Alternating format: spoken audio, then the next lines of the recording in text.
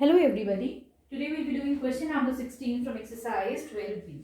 Question is, by selling oranges at a rate of 72 per dozen, a woman loses 10% of her investment.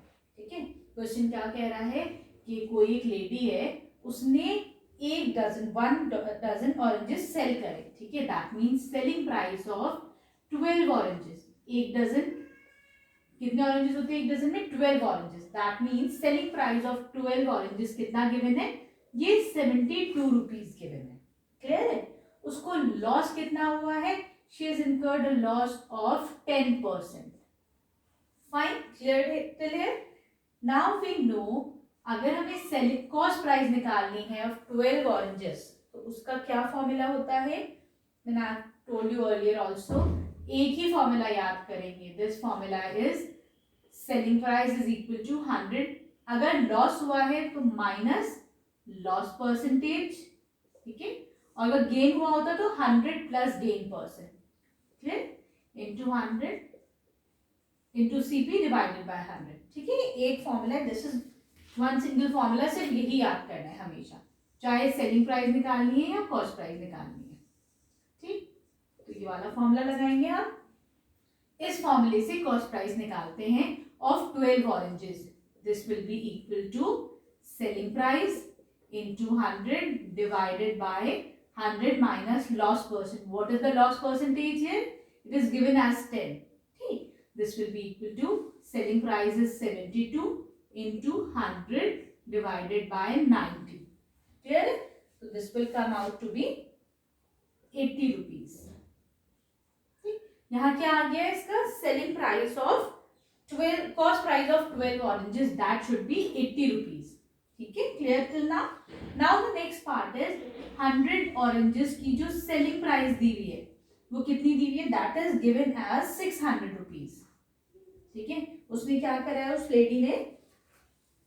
Bye what percentage be the what would be the percentage of a gain और loss if she sold 100 of them at rupees 600.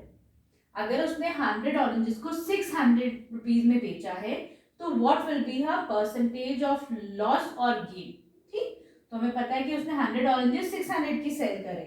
ठीक, तो हम unitary method से 1 orange का price निकाल लेंगे, selling price. ठीक है, this will B 600 upon 100. This will B rupees 6. एक ऑरेंज उसने 6 रुपीज का बेचा. क्लियर है? दैट मीन्स 12 ऑरेंजेस वो कितने की सेल करेगी? 12 into 6. This will come out to be 2 6 12, 72 rupees की. ठीक है, इसका मतलब क्या हुआ कि अगर वो 100 ऑरेंजेस 600 के सेल कर रही है तो 12 ऑरेंजेस की सेलिंग प्राइस कितनी हो जाएगी? 72 रुपीज. क्लियर है?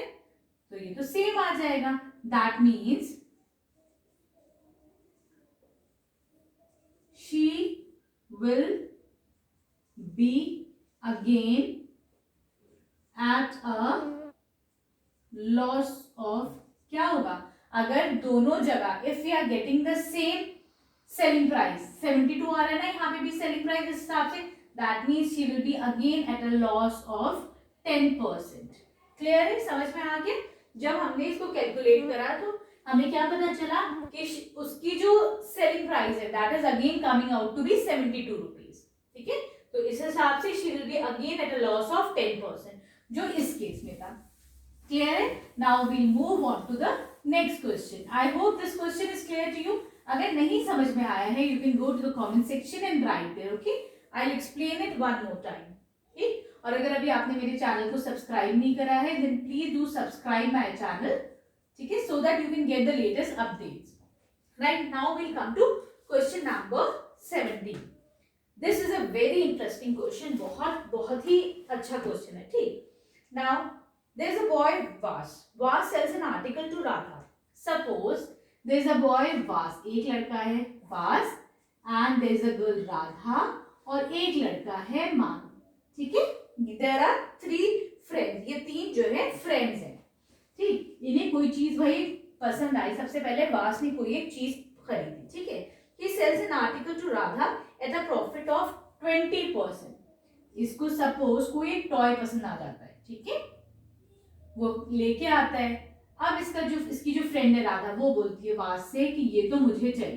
तो वास बोलता है ठीक है तुम ले लो, बट आई नीड, मुझे एक 20% प्रॉफिट पे मैं तुम्हें सेल करूंगा।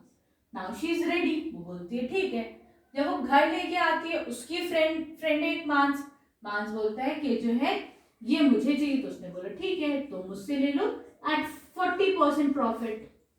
क्लियर है? ठीक है, यहां तक तो समझ में आ गया। Now the question is, if मांस पेड 624, मांस ने किसको पे करेगा? मांस राधा को ही पे करेगा ना। तो मांस ने कितने पैसे दिए? 624 to Radha. We have to tell the cost price of वास। हमें यहाँ की कॉस्ट प्राइस फाइंड आउट करनी है। ठीक है, क्वेश्चन थोड़ा सा ऐसा लग रहा है इट्स वेरी कॉम्प्लिकेटेड, बहुत सारा है इसमें है, बट ऐसा कुछ नहीं है, आराम से समझते हैं इसको। ठीक, क्लियर है? तो हम सपोज कर, क्वेश्चन तो समझ में आ गया ना? ठीक है, इट्स क्लियर टिल नाउ। अब हम अज्यूम करते हैं, let the CP cost price for वास। वास ने क्या कॉस्ट प्राइस दी, हम उसको अज्यूम कर लेते हैं। Let suppose this is x. Clear है? ठीक, अब now the selling price for वास, वास ने कितने में सेल करा, this will be equal to, कितना हो जाएगा ये? Selling price is equal to 100 plus gain, क्योंकि यहाँ पे प्रॉफिट हो रहा है, तो 100 plus profit divided by profit percentage, this should be percentage into cost price. ठीक है, this will be 100 plus profit is 100 plus 20% profit, right, divided by 100 into cost price. Cost price क्या है वास के लिए? हमने अज्यूम करिए दिस इज एक्स। क्लियर? ठीक है, क्लियर टिल हियर? ये कितना हो जाएगा? This will be 120 by 100 x. ठीक है, क्लियर है? Now this will come out to be 1.2 x. Fine. अब ये this is the selling price for वास, वास ने इतने पैसों में इसको सेल करा। ठीक, अगर वास ने इसको 1.2x में सेल करा, दैट मीन्स ये क्या आ गया? This is the cost price of Radha. ठीक है, मैंने, इफ देयर आर 3 फ्रेंड्स, आपने अपने फ्रेंड को किसी चीज में 60 रुपीज में सेल करा, तो आपके फ्रेंड के लिए वो क्या हुई? That will be the cost price ना। उसने 60 में खरीदा, that is your selling price, लेकिन उसके लिए तो वो कॉस्ट प्राइस हो गई ना। ठीक, तो हमें राधा की कॉस्ट प्राइस यहाँ पे मिल गई है कि राधा के लिए कॉस्ट प्राइस कितनी होगी? 1.2x। Clear till here? ठीक है, now we'll find out the selling price of Radha. तो राधा के लिए सेलिंग प्राइस कितनी हो जाएगी? Selling price for Radha, this will be again equal to 100 plus the profit percentage, that is 40% into 100 into the cost price। cost price कितनी है राधा की? 1.2x। ठीक है, क्लियर है? now this will be 140 upon 100 into 1.2x। ठीक, और हमें क्या पता है? what we know here is, जो राधा की सेलिंग प्राइस होगी वही तो मांस की कॉस्ट प्राइस है। यहाँ पे मांस की कॉस्ट प्राइस है 624 रुपीज, इसका मतलब राधा ने इतने में सेल करा, तो ये क्या हो जाएगा? This will be equal to the selling price of मांस। क्लियर है? ठीक है, 0 से 0 हो जाएगा कैंसिल, ये यहां से हट जाएगा। ठीक, तो x की वैल्यू आ जाएगी 624 into this 10 into this 10, 10 into 10 is 100 divided bye 14 into 12, right? Now this will come out to be 500 rupees। इसका मतलब क्या हुआ कि वास ने इसे कितने में परचेज करा? He purchased that article at 500 rupees। Clear है? ठीक है, उसने 500 में परचेज किया था, then he sold it to Radha at 20%, then 20% profit, फिर राधा ने मांस को कितने में सेल करा? at 40% प्रॉफिट, तो मांस ने कितना पे करा? 624 rupees। I hope this question is clear till now। ठीक है, now we'll move on to the next question. ये क्वेश्चन बहुत इंटरेस्टिंग है, बस थोड़ा सा समझ लीजिएगा। अगर नहीं समझ में आ रहा है तो 2-4 दफा वीडियो को देखिएगा। Still if the problem is not clear to you, then you can write to me, मैं इसको दोबारा एक्सप्लेन कर दूंगी। ठीक, now we'll come to question number 18। Question number 18 is, A sold an article to B at a profit of 2.5%.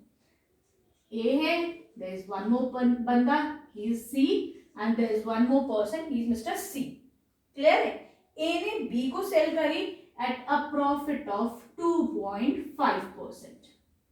ठीक है, कोई article है, A ने B को सेल करा 2.5% में, then B sold the same article to C at a loss of 10%. यहाँ पे लॉस हुआ 10% का, इधर तो प्रॉफिट था, इसने A ने B को सेल करा 2.5% पे गेन पे, लेकिन B ने जब C को सेल करा उसने 10% लॉस पे सेल कर दिया. ठीक है, क्लियर है? तो अगेन ये थोड़ा सा क्वेश्चन नंबर 17 से सिमिलर है. Right, now question is C ने जो प्राइस दिया दैट इज ₹9.90, ये C के लिए कॉस्ट प्राइस था. ठीक है, इसका मतलब B के लिए ये क्या हो जाएगा, सेलिंग प्राइस हो जाएगा ना. क्लियर है? अब ये पीछे से विल स्टार्ट.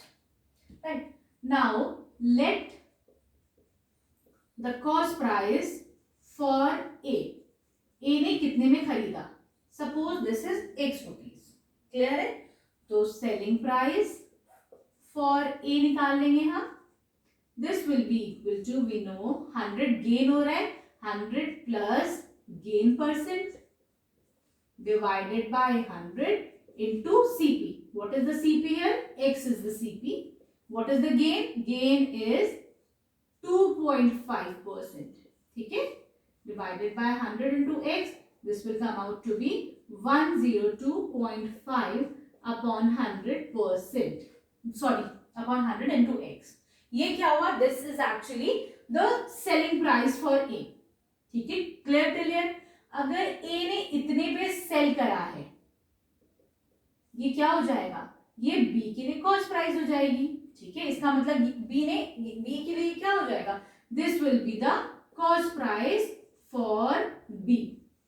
ठीक है, क्लियर? ये B की कॉस्ट प्राइस आ गई. Right, now we'll find out the selling price for B. Selling price for B will be, again formula पता है 100, क्योंकि लॉस हुआ है 100 minus loss percentage divided by 100 into the cost price. ठीक है, this will be equal to 100 minus 10%. Clear? Divided by 100 into what is the cost price. Cost price for B कितनी है, this is 102.5 upon 100x. Clear है? यही तो है इसकी cost price. अब now we know if this is the selling price, ये B की सेलिंग प्राइस है, तो ये क्या हो जाएगी, ये C के लिए कॉस्ट प्राइस हो जाएगी ना. ठीक है, तो this will be equal to 9.90 rupees. ठीक है, लॉजिक समझ में आ गया, कॉन्सेप्ट समझ में आ गया ना. ठीक है, now we'll find out the value of X here. This is 90 upon 100 into 102.5 upon 100x. This is 9.90. ठीक है, क्लियर है? तो ये कितना हो जाएगा, नाउ दिस विल बी 0 से 0, 9 into 102.5x. This is equal to 9.90 into 123. 123. Now we proceed the calculations here. ठीक है, इस हिसाब से अकॉर्डिंग टू दिस कैलकुलेशन क्या आ जाएगा, 9 into 10. तो ये हटाते हैं, 0 लाते हैं इसमें, यहाँ पे आई पुट. ठीक है, तो दिस विल बी 9 into 1025 कितना हो जाएगा, this will be 9225x. This is equal to 99123. Now x will be equal to 99123 divided by 9225. This will come out to be rupees 10.73. ठीक है, ये क्या आ जाएगा, now this will be the cost price for article A. Article A ने इसको इतने rupees का खरीदा. क्लियर है? ठीक है, now we'll come to question number 19.